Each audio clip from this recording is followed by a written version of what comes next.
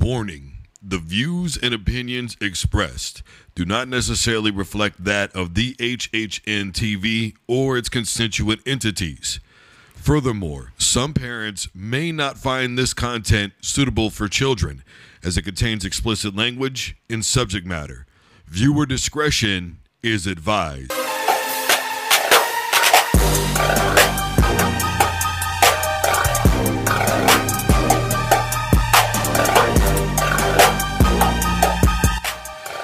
Hello, everybody. I'm Drew Duncan. The show's fired up, and we are live. Facebook, Twitter, and Instagram is all at Drew Duncan Radio. I am wherever you are listening to podcasts. Tell your device to play Fired Up by Drew Duncan, iTunes, iHeart. Wherever you're listening, I am there. Matter of fact, just Google Fired Up by Drew Duncan, my man. I'm going to pop right up, compadre. Plenty to get to today. Ron and Roger Goodell are officially two people who just are not fans of the preseason. We're going to be talking about Carmelo Anthony, who says he would not trade his Olympic medals for anything. We're going to be talking about Devin Singletary, what he had to say on old DJ, Daniel Jones. Joe Klatt says that Oregon is going to be the favorite to win the Big Ten. J.J. McCarthy, look, it looks like he's probably going to be out for the season, my man. We're going to be talking about Dana White, Conor McGregor. Dana says he wants a fight in December with Michael Chandler. Dana White says, I don't think so, Tim. Plenty to get to today. All right, first thing is first. Ron back in the news again. This time he says that preseason football is not real football. All right, Broham. If you don't want to play, just say that. That'd be a lot easier, wouldn't it? Hey, man, I'm resting up. I'm making sure that I'm good to go for the regular season. I suffered a season-ending injury last year. I'm not willing to go out there and risk it again this year. All right, fine. Just say that. Not real football? All right, doesn't count towards your record. Stats don't mean jack. That's cool. But maybe tell that to Terrell Davis. I'm sure a lot of people remember that play. That was how Terrell Davis made a name for himself.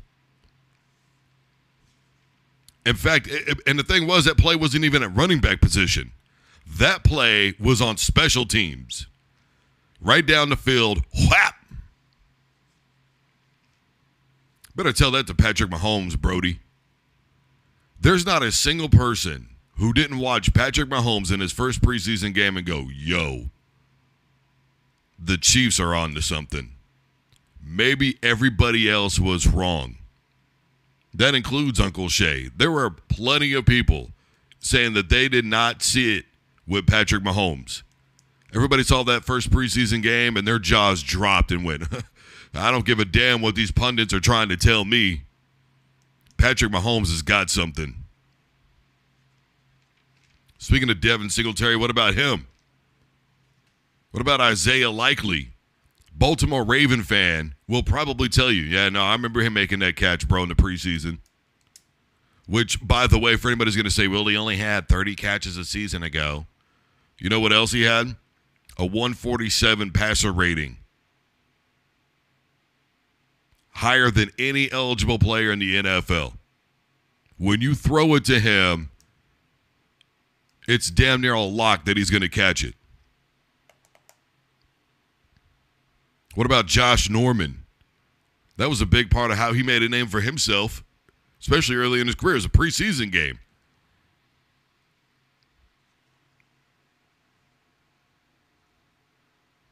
Come on, man. My thing is with Aaron Rodgers, I think a good majority of us have come to a point where it's like, okay, man, he's just talking flippantly. Who really gives a damn?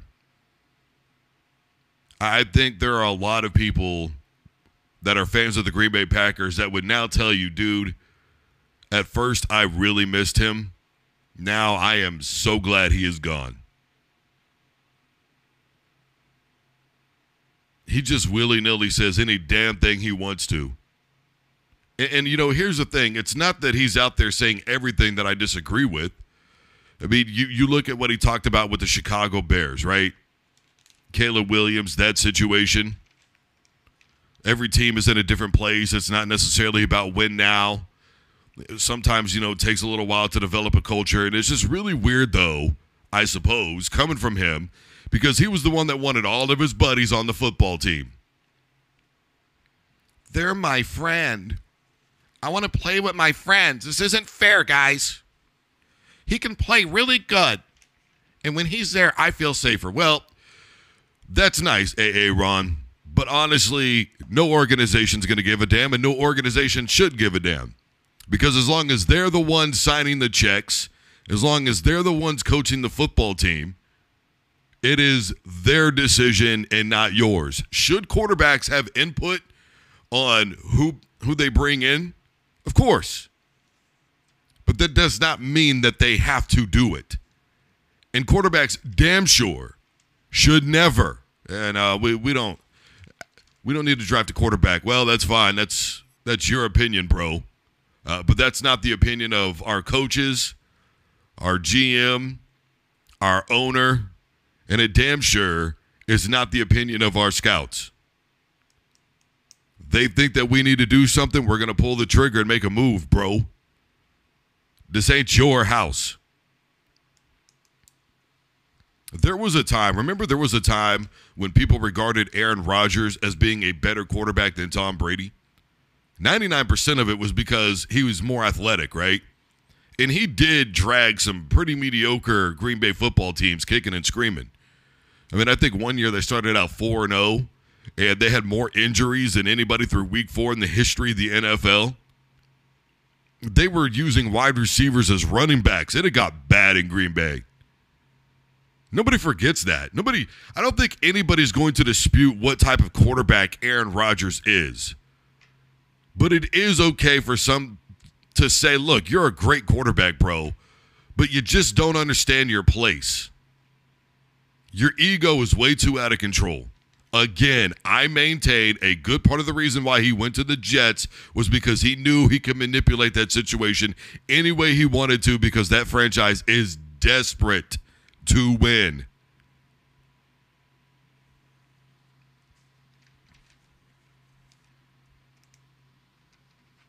Bottom line here is the preseason, to a lot of people, it doesn't matter. To people trying to make a roster spot and make a name for themselves, like some of the people that I just aforementioned, you damn right it matters. Because it could turn very quickly into, damn, we obviously just wasted a draft pick. Or we obviously didn't see everything that we needed to see to begin with.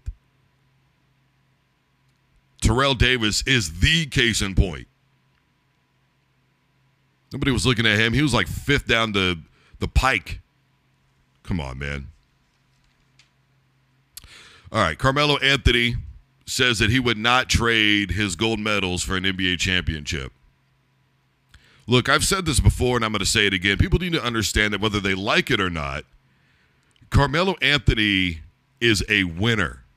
Now, that's just all there is to it. Carmelo is a winner. He's got a collegiate championship. He's got not 1, not 2, but 3 gold medals. At one point, he was the all-time leading scorer in Olympic history. There was even a time when LeBron James said Carmelo was unequivocally the leader of that team. People need to get over it, man. I'm so sick of the hate for Carmelo Anthony. I mean, come on, man. What did he really have when he was with the Denver Nuggets? Allen Iverson was so past his prime. I mean, seriously. Chauncey Billups was way past his prime. I'd be willing to give you Birdman. That'd be about it. And then, he goes to the Knicks. People forget, I guess, that, 2012, 2013, they had the second best record in the East. Carmelo led the league in points, 28.7. And who did he have? J.R. Smith? J.R. was constantly getting in fights, getting ejected, getting suspended. Amari Stoudemire, you never knew if he was going to be healthy or not. Jason Kidd was, 40 at the time? Way past his prime. Big dogs like Barron and Brewer and Felton, they were all on that team.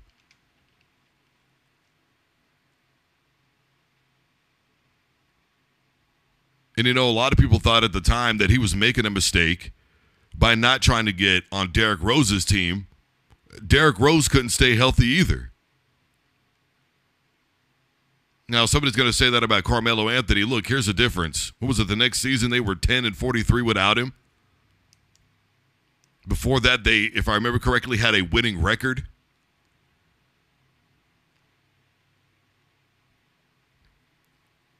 Carmelo Anthony, in his prime, was just as good as any other basketball player in the NBA. And whether people are like it or not, he is in the Basketball Hall of Fame, and that's just all there is to it, and that is where Carmelo will belong. Definitely one of the purest shots I've ever seen. Do I wish Melo had stayed braided Melo? Everybody talks about hoodie Melo. Braided Carmelo Anthony was where it's at. Nobody hustled more than him, but I think he got tired of carrying a team. And then, according to a lot of people now, what they've been saying over the last year or so about, Coach Carl and all this stuff that he was telling Carmelo Anthony, how he's overrated, refused to make certain moves to get certain players over, just beat him down verbally. Come on, man. He was in a no-win situation. And I think it went to the Knicks because I think the Knicks were making promises. But the Knicks ended up making promises that they were not willing to keep. Sure, the end of his career was a real downfall, but it happens to the best of us. I think after a while, Melo's heart just wasn't in it anymore. Now, I'm not making excuses. I'm not saying you should not hustle. I'm not saying you should ever stop playing, but I think Melo really wanted to take on a different type of role. Let me be who I really am. One of the best shooters in the history of basketball. That shot is pure. And let's not forget that he had such big star power at one point that Michael Jordan immediately signed him to a contract. And let's also be reminded that Carmelo Anthony, when he went to the league, LeBron chose to go to the NBA instead of play at Syracuse. Now, can you imagine LeBron, Melo, and McNamara, all three of those guys at Q's at the same time? Undefeated championship. And I'm not even kidding. It's not far-fetched. We'll never know. But I think we forget what Melo really was. Am I a Melo apologist? Look, if you want to say that, whatever, man, I guess I'll take it.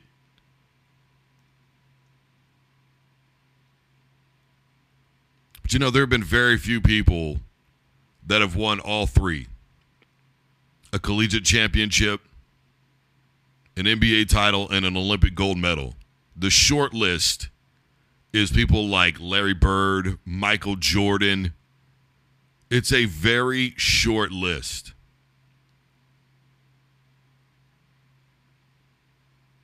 People think winning is easy, and it's not.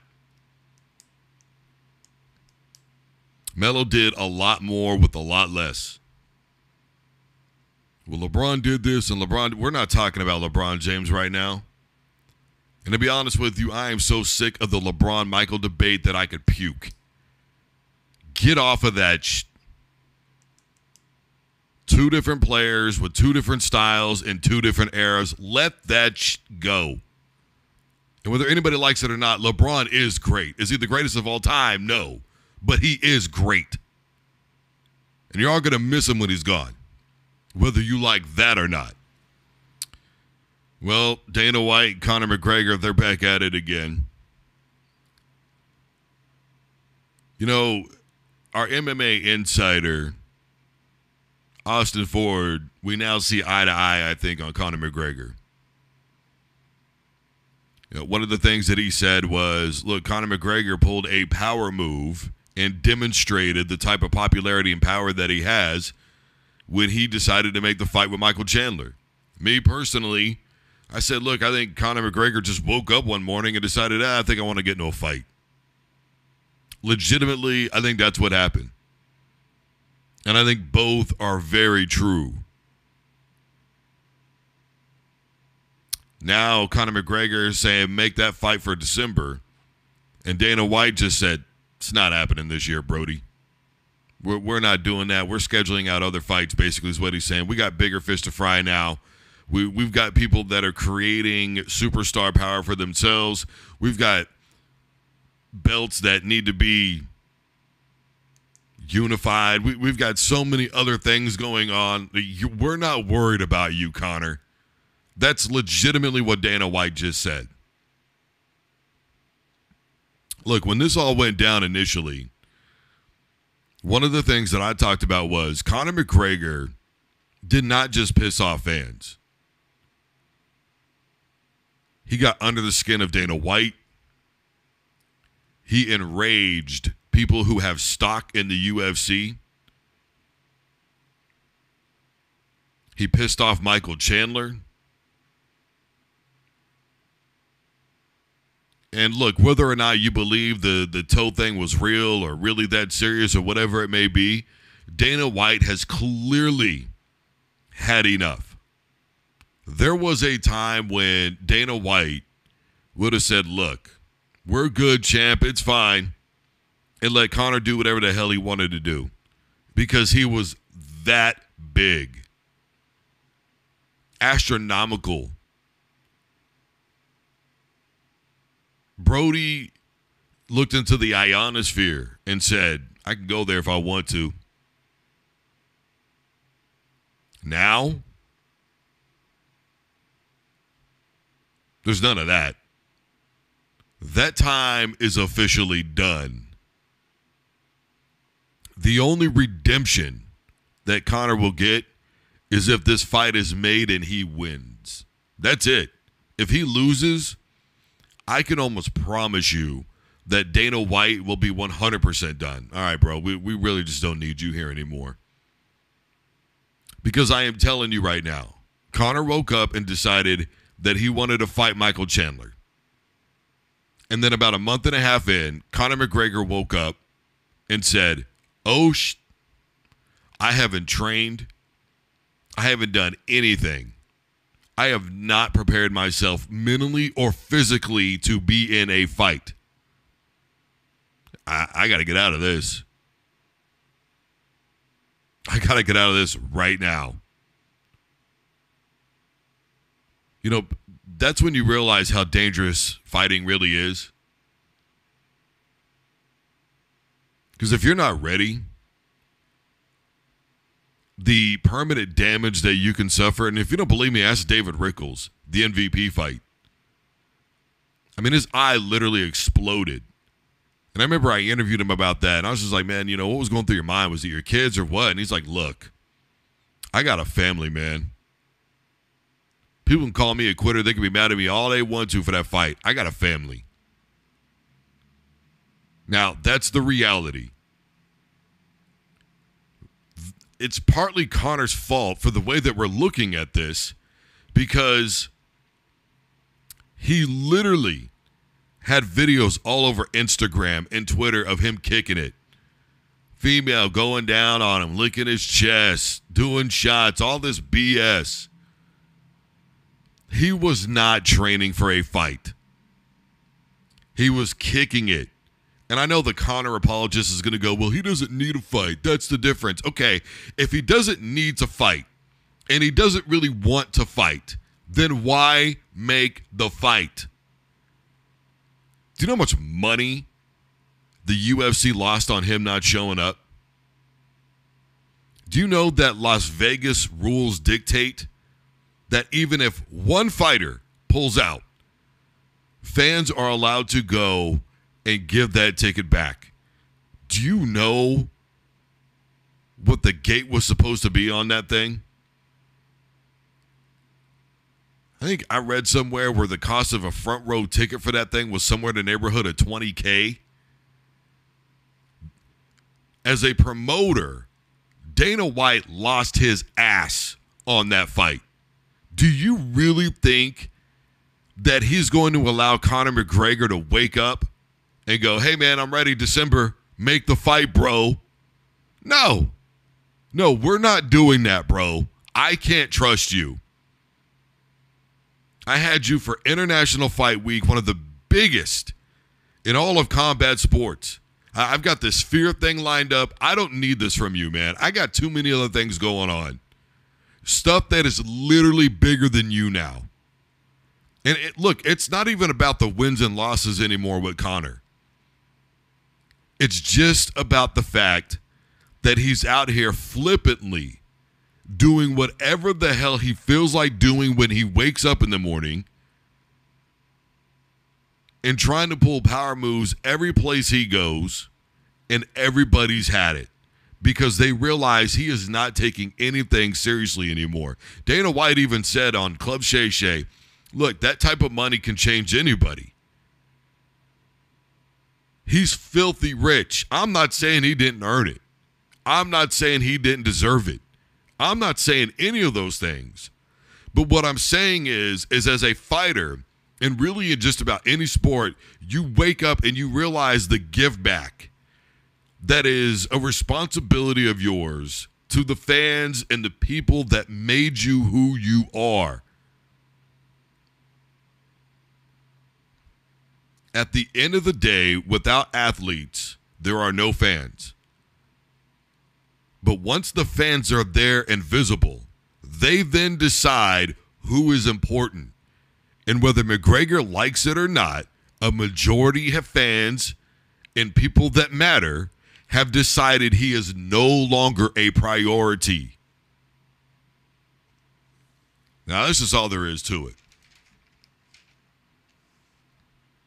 Hard pivot here real quick. College football, Joe Klatt says that the Oregon Ducks should be the favorite to win the Big Ten.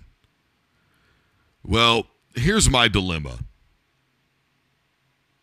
While I can appreciate where he's coming from because of what's going on with Michigan, and we're not sure what's going to happen with the quarterback situation at Ohio State, to just willy-nilly go, a Pac-12 team's going to come in and wreck the Big Ten, I don't think so, Tim. Number one, Oregon is in the same boat that a lot of other teams are. They have quarterbacks that are from the transfer portal. I've always said that it's 2 years to really develop a QB, especially coming out of the transfer portal, to get them right where you want them to be within your program. I mean, right off the rip, Bo Nix, his second season was phenomenal at Oregon. While I don't think it was necessarily all him, if you want to point to it, let's point to it. Michael Penix Jr. at Washington, Jane Daniels at LSU, Heisman Trophy. Joe Burrow, second season, LSU championship, Heisman Trophy.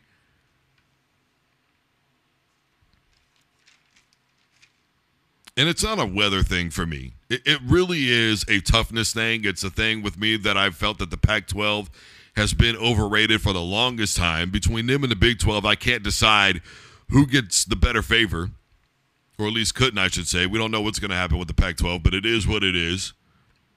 By the way, you have Ohio State and Oregon. They're going to be playing on October the 12th, if I remember correctly. Oregon's going to be at Michigan in November. They've got to be at Wisconsin in November, too, if I remember correctly. The Illinois defense is no joke. Indiana's defense is no joke. Bo Nix is gone. Bucky Irving is gone. The physicality, the defense, the consistent travel time. Look, yeah, sure, you're still going to have Oregon State and some of those other teams. They're going to all be pretty much in the backyard, okay? I get that. But there's also going to be the consistent travel time, the time zone change. I know somebody's going to try and say this and that about the Rose Bowl. Look, we're talking about one game. And depending on how the season went, the two best may have not even met in that Rose Bowl game because they may have been playing for a BCS national championship. They may have been in a college football playoff game.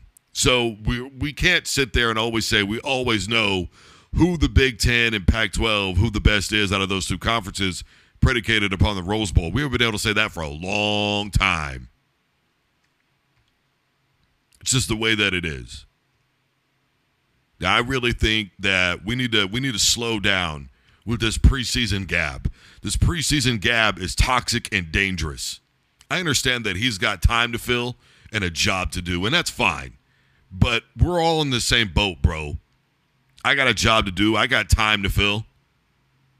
But I do not fill it with day in and day out of who I think is going to be the best in each conference when we have no idea what is going to happen. Injuries happen. We don't know who's going to be staying healthy.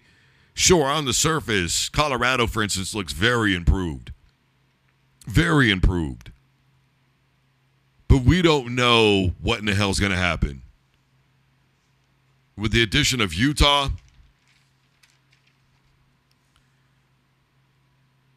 and I think it's toxic because there's no reason to put it in anybody's ear hole that this team is supposed to be the best out of the Big Ten and create unnecessary rankings a little bit later on when we haven't even really seen them play yet. Week 9 is the first time that we should see a top 25 poll. Week 12 is the first time that we should see a CFP. And I'm not even joking. The first 4 weeks in college football generally do not matter. I mean, you look at Oregon, for instance. Who are they playing outside of the conference? Idaho? Isn't that one of their games? Come on, man. Let's just everybody pump our brakes, okay? Everybody pump our brakes. Let's chill the hell out. There's no reason to say that either one of those two teams are going, to just be a clear-cut favorite. Oregon, Ohio State, Michigan, none of them. I understand for the longest time they've been carrying the big, but I get the feeling there's going to be a real power shift here before too long in that conference.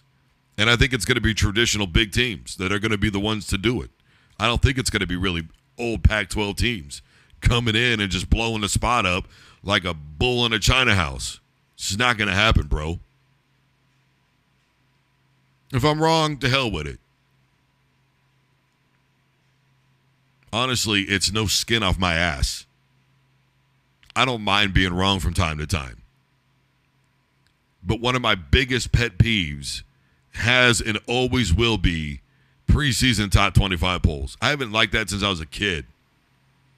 So J.J. McCarthy has suffered a meniscus injury. They have said that it looks like it's going to require knee surgery.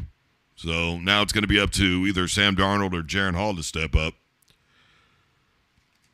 So according to a good majority of surgeons, here's the deal with something like this.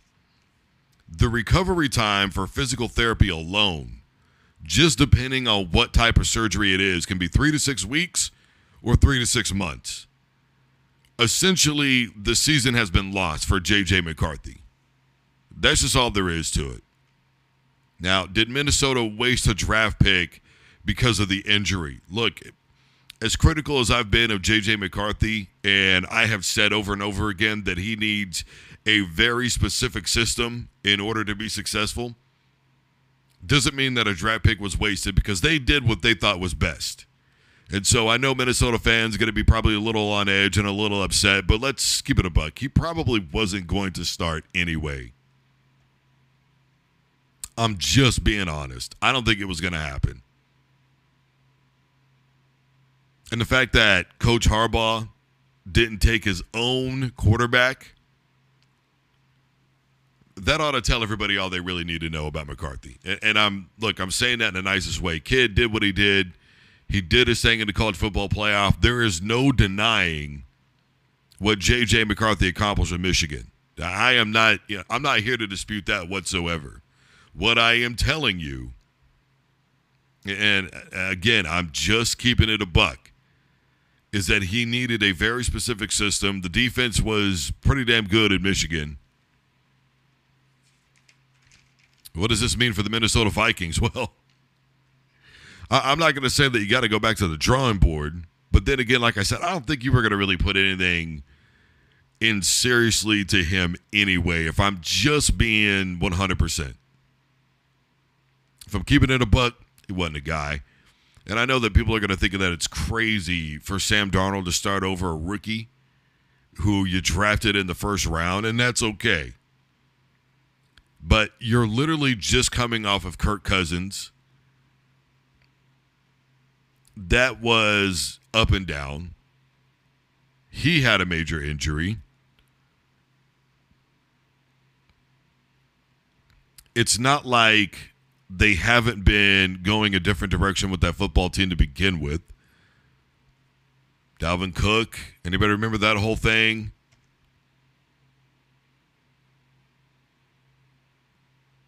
Diggs.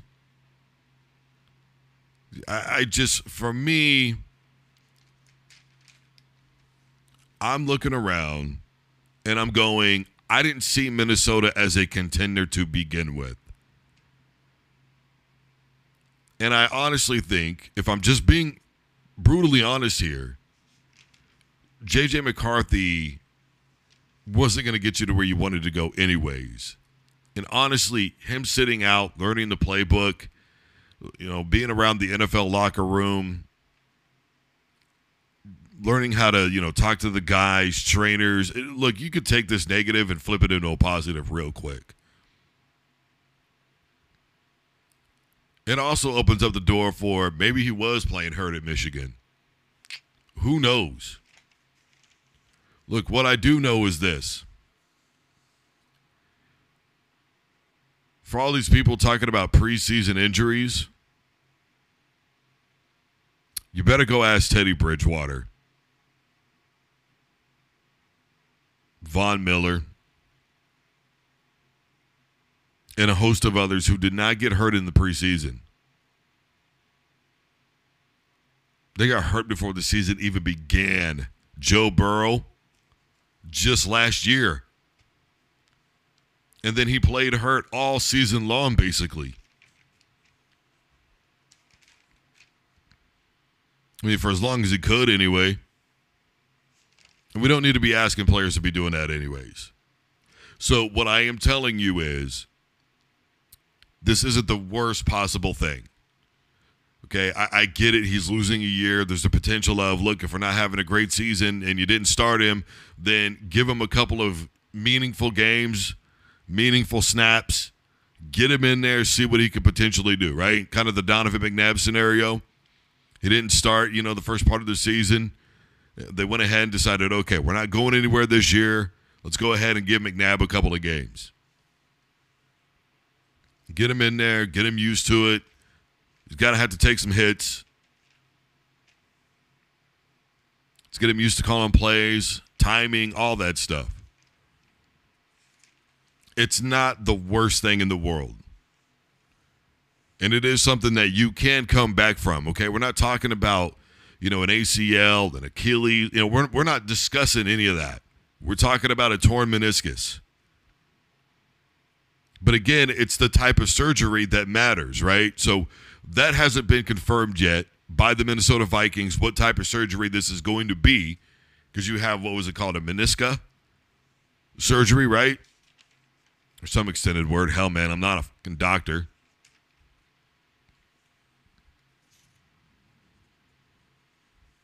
And if it's 3 to 6 weeks of physical therapy, then there is a slight possibility then, what we'll be talking about, December, somewhere in that neighborhood, we could potentially be ready to go. Depending on the state of Minnesota, you might be able to get a little bit of playing time. It's not the end of the world. You're so easy on him and so difficult on Aaron Rodgers. What's going on? Aaron Rodgers has been in the league for how long? This kid's a rookie. Just because I'm not the biggest fan, so to speak, or believer, does not mean that I want somebody to at least not get the chance to prove themselves in the NFL. Brody's worked his whole life for this moment.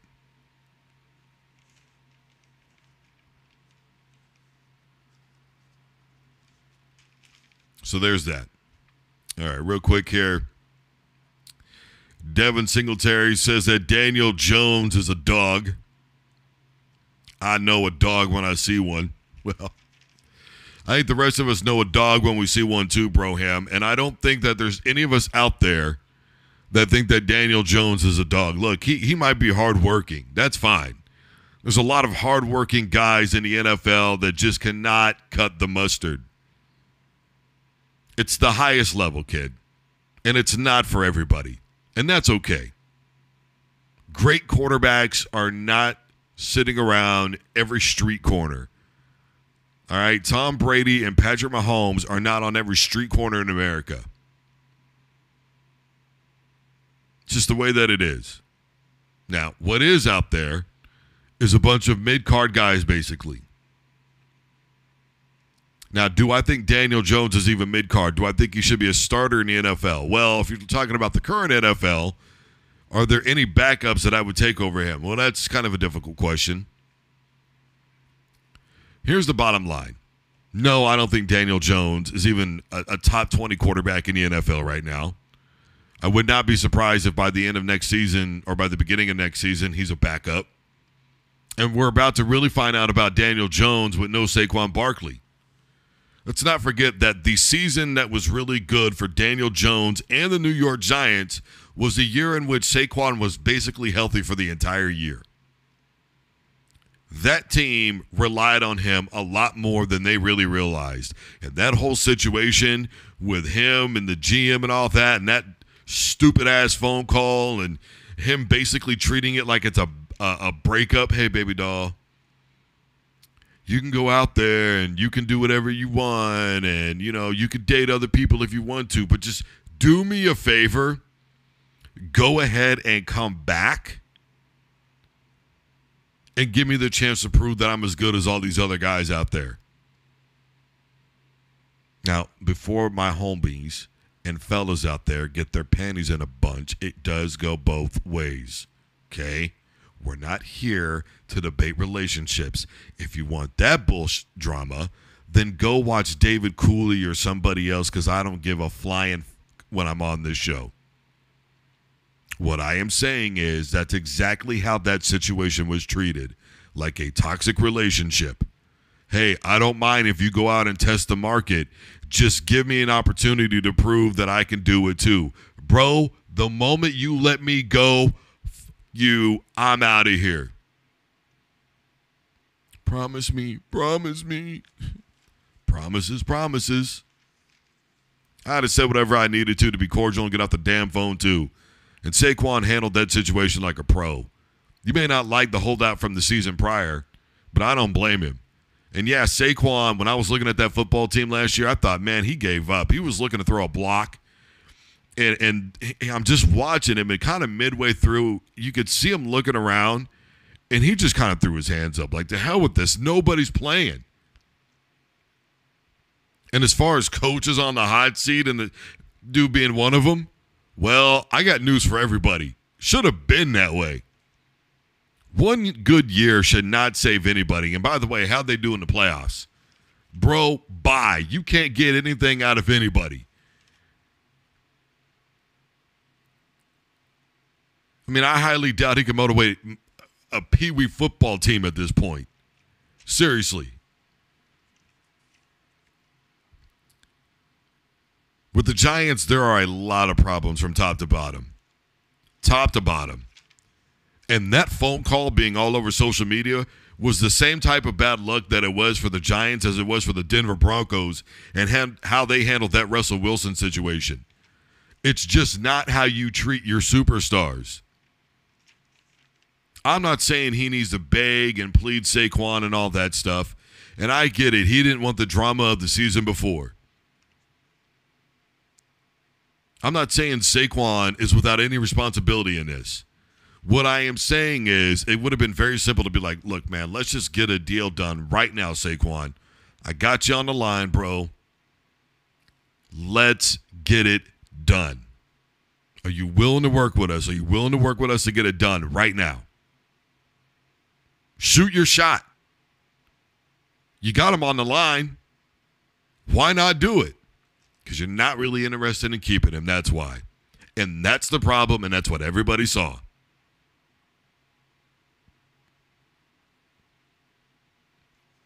Saquon knows what he's worth. And all you Giants fans that are mad, you're really mad because it's not about him going to the Eagles. It's about, you just lost your best player.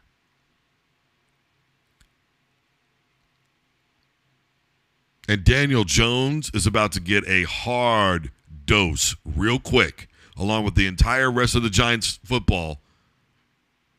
That entire organization, they're about to see it happen all real quick, real fast, real bad. I'm just saying. They didn't get any better. That's for damn sure. Not in this offseason. All right, everybody, I am Drew Duncan. The show is fired up, and we are live. Facebook, Twitter, and Instagram is all at Drew Duncan Radio. I am wherever you are listening to podcasts. Tell your device to play Fired Up by Drew Duncan, iTunes, iHeart. Wherever you're listening, I am there. Matter of fact, just Google Fired Up by Drew Duncan, my man. I promise you, I am going to pop right up. Guys, you can find me on WBFR, Block 50 Radio. Block50radio.com is online 24/7, 365.